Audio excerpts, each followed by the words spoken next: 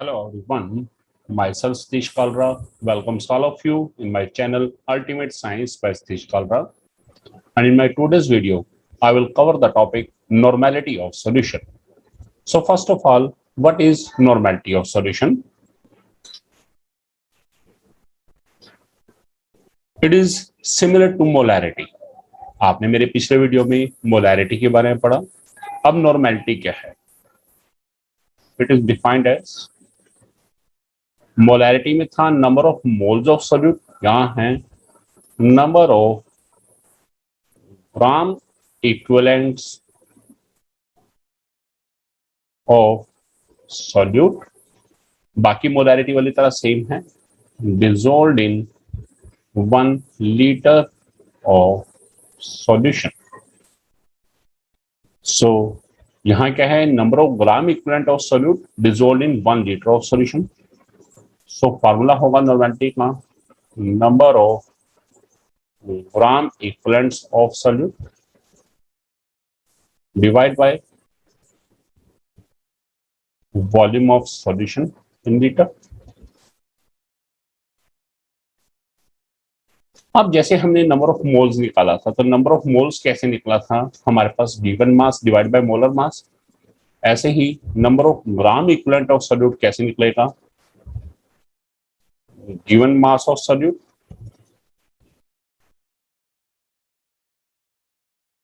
Divide by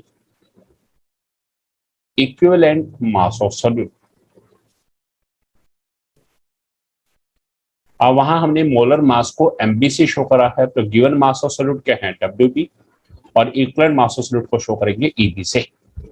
तो यानी कि हम गिवन मास ऑफ सोल्यूट को जब इक्विवेलेंट मास ऑफ सोल्यूट से डिवाइड करेंगे तो हमारे पास आ जाएगा number of gram equivalent of solute, और इस वैल्यू को जब हम इस फार्मूले में पुटअप करेंगे नॉर्मेलिटी के, तो we will get the answer in, we will get the normality of solution. अब बात आती है यूनिट. अब यहाँ यूनिट बनता है हमेशा फर्स्ट फॉर्मूले से. So number of gram equivalent of solute तो ऊपर होगा ग्राम इक्विवेलेंट, नीचे दिया है वॉल्यूम ऑफ सॉल्यूशन लीटर, ऊपर चलेगा per litre. So this is the unit of normality, gram equivalent per litre. It is also represented by capital N, और capital N को हम नॉर्मल भी बोलते हैं. So N stands for normal. So normality of solution है उसे हम N से डिनोट करेंगे. So this is about normality. But यहां हम एक बात देख रहे हैं, equivalent mass of solute.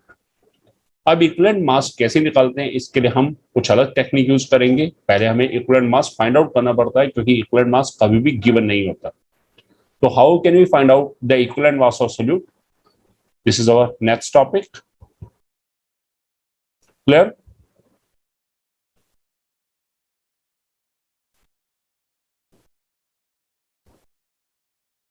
Determination of equivalent mass of solute. Equivalent mass of solute is always equal to molecular mass divided by n factor.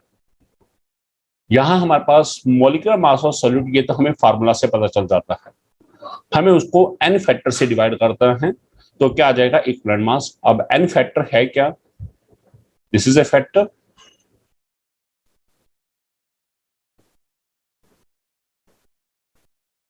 ये this is a, हम ये भी कहेंगे this is a number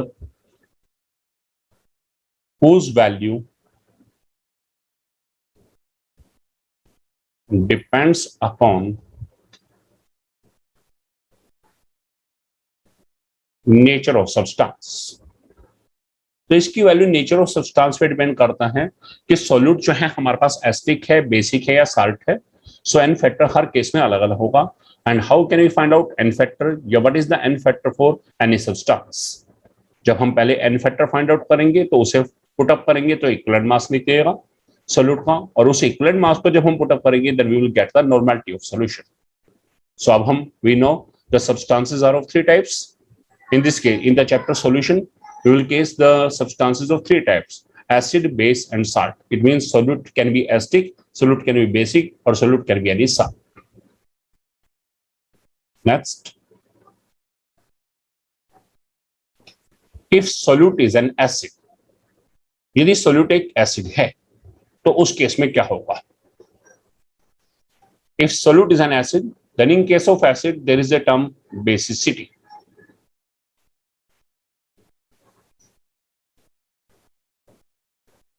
If solute is an acid, then there is a term basicity. Then what is basicity of any acid? It is the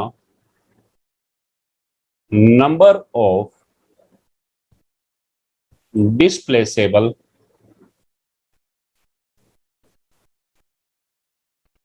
H positive ions produced by dissociation of one molecule of any acid. अब हमने एक acid दिया, suppose करो we are having H2SO4। जब H2SO4 को dissociate करते हैं तो ये कैसा डिसोसिएट होगा? Suppose the substance is having formula AHBy। जब हम इसे डिसोसिएट करते हैं तो सबसे पहले सेंटर से ब्रेकअप होता है, पहले आएगा A+B। उसके बाद जो इनके सबस्क्रिप्ट है H और Y वो इनके फ्रंट में आ जाएंगे। उसके बाद जो ये Y है ये A के ऊपर जाएगा और प्लस साइन के साथ, तो ये क्या बनाएगा +Y, और H है ये B के ऊपर जाएगा और क्या आएगा -H। तो ये HBy डिसोसिएट होगा। It will give first of all A+B centre से dissociate.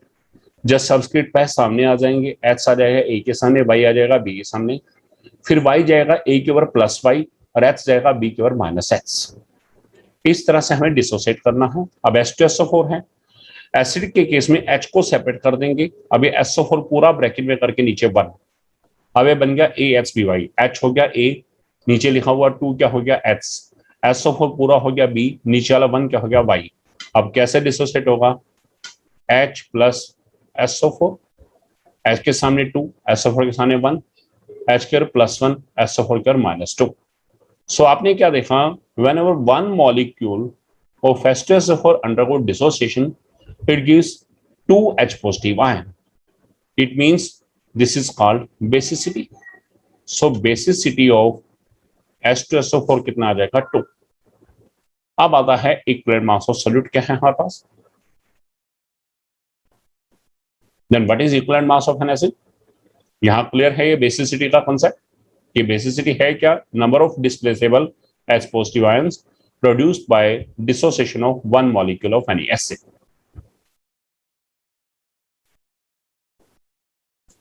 Then what is the formula of equivalent mass of an acid?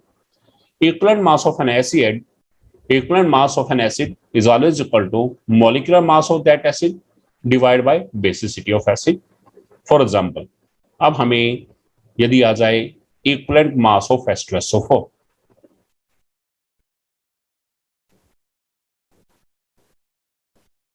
तो हमें करना क्या है? Molecular mass of H2SO4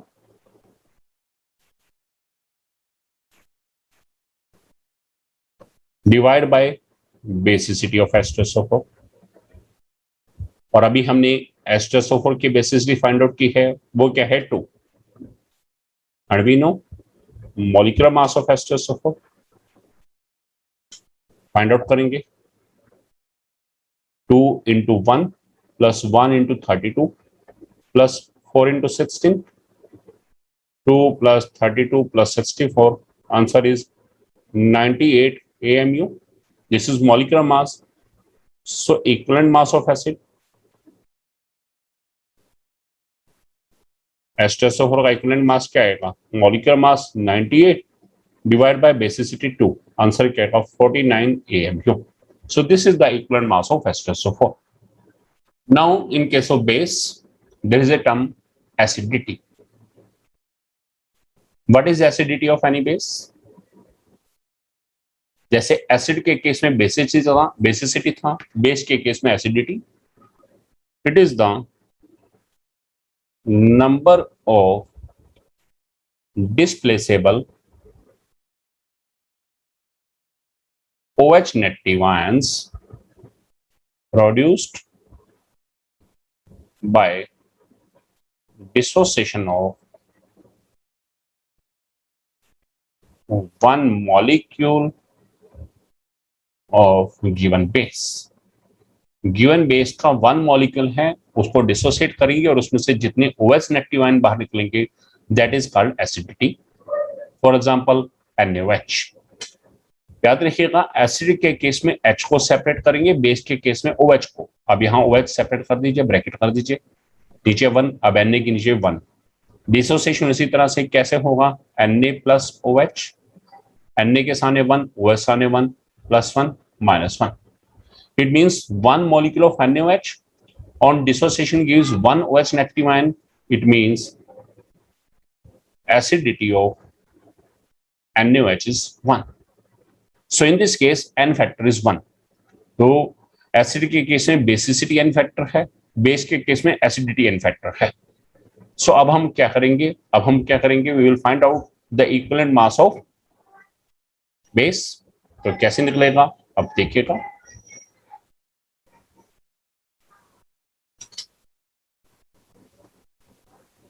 Equivalent mass of any base is always equal to molecular mass of base divided by acidity of base. तो यहाँ acidity क्या है, this is the n factor, और मैंने आपको बताया एसिड के केस में बेसिसिटी है वो n फैक्टर है। अब हम first we have to find out equivalent mass of NaOH। मान लो हमें फाइंड आउट करना है इक्विवेलेंट मास ऑफ NaOH। क्या होगा, molecular mass of NaOH divided by acidity of NaOH।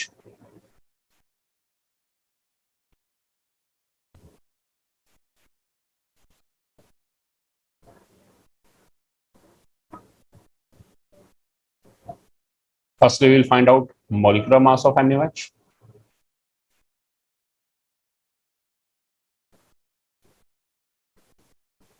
Sodium के 1 एटम है 1×23, ऑक्सीजन के 1 है 1×16, हाइड्रोजन के 1×1, टोटल होगा 40 AMU।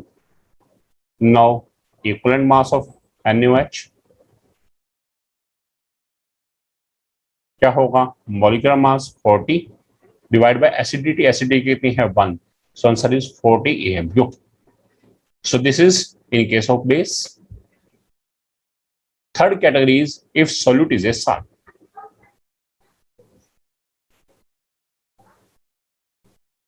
If solute is a salt, then there is direct formula of equivalent mass of salt. Equivalent mass of any salt is always equal to formula mass of salt divided by total positive charge on cation। कि cation की ओर total positive charge कितना है उसके base पर निकलेगा। For example if you have to find out equivalent mass of MgCl2, so we know MgCl2 is a salt, magnesium chloride. First of all हम इसे dissociate करेंगे, कैसे होगा, Mg के नीचे 1, Mg प्लस Cl, 1 फ्रंट में, इधर 2, इधर +2 -1। अब कैटायन कौन सा है, Mg+2। अब टोटल पॉजिटिव चार्ज कैसे निकालते हैं, कैटायन के जो सामने है, this is the number of cation. तो नंबर ऑफ कैटायन को जो चार्ज उसके ऊपर है उससे मल्टीप्लाई, तो 1 × +2 क्या होगा, +2। So total positive charge on cation, cation क्या है Mg+2, 1 × Mg+2 तो क्या होगा 1 × +2 दैट इज +2। अब सीधा निकालेंगे हम इक्विवेलेंट मास ऑफ MgCl2, सीधा निकालें, क्योंकि फार्मूला मास आयनिक कंपाउंड के केस में फार्मूला मास यूज होता है और नॉर्मली मॉलिक्यूलर मास यूज होता है। MgCl2 का इक्विवेलेंट मास के लिए molecular mass 1 × 20, formula mass 1 × 24 plus 2 × 35.5 divide by +2। सोल्व करेंगे 95/2 and answer is 47.5 AMU। So this is the equivalent mass of salt.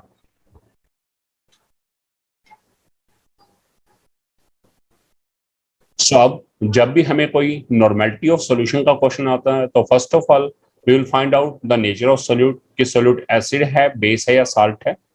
यदि सोल्यूट एसिड है तो पहले बेसिसिटी फाइंड आउट किया जाएगा, बेस है तो एसिडिटी, और यदि साल्ट है तो total positive charge on cation. ये सब क्या होंगे, एन फैक्टर। तो यहाँ ये एन फैक्टर था। फिर हम इक्विवेलेंट मास निकालेंगे, molecular mass divide by N factor, और आयनिक कंपाउंड या साल्ट के केस में formula mass divide by N factor, equivalent mass मिल जाएगा। और फिर हम इक्विवेलेंट मास से क्या फाइंड आउट करेंगे, number of gram equivalents given mass upon equivalent mass से, इक्विवेलेंट मास ऑफ सॉल्यूट से। और जब number of gram equivalent of solute निकल जाएगा फिर नॉर्मेलिटी के फॉर्मूले में पुटअप होगा, that is number of gram equivalent of solute upon volume of solution in litre.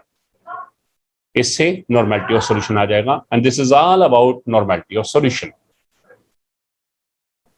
Hope you learned a lot from my video. If you like my video, then you can share my video and you can subscribe my channel Ultimate Science by Satish Kalra. Thanks a lot.